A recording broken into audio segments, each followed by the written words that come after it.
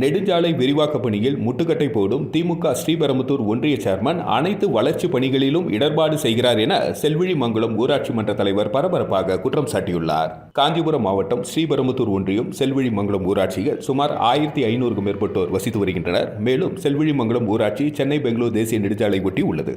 இந்த தேசிய நெடுஞ்சாலையை சுமார் 40க்கும் மேற்பட்ட கிராமங்கள் பயன்படுத்தி வருகின்றனர். இந்த தேசிய நெடுஞ்சாலையில் 6 வழி சாலையாக விரிவாக்கம் செய்யும் பணி முழுவீச்சில் நடைபெற்று வருகிறது. அதன் ஒரு பகுதியாக செல்விழிமங்கலம் தேசிய நெடுஞ்சாலையில் மேம்பாலம் கட்டுவதற்கு முயற்சிகள் எடுத்தபொழுது ஆளுங்கட்சி பிரமுகரான திமுக ஒன்றிய சேர்மன் எஸ்.டி. கருணாநிதி முட்டுக்கட்டை போடுவதாகவும், அதேபோல் சர்வீஸ் சாலையில் உள்ள உயரழுத்த மின் கம்பங்களை அகற்றுவதற்கும் அவர் முட்டுக்கட்டையாக இருப்பதனால் சர்வீஸ் சாலை அமைக்கும் பணியானது பல மாதங்களாக கிடப்பிலேயே உள்ளது. சர்வீஸ் சாலையை அமைப்பதற்கு இடைஞ்சலாக இருக்கும் மின் கம்பங்களை மின்சார ஊழியர்கள் அகற்றி வேறு ஒரு இடத்திற்கு மாற்றம் செய்தால் மட்டுமே சர்வீஸ் சாலை பணியானது முற்றிலுமாக நிறைவடையும். மேலும் கிராமவாசிகள் மற்றும் சாலை பயனாளிகள் பயன்பெறுவர்.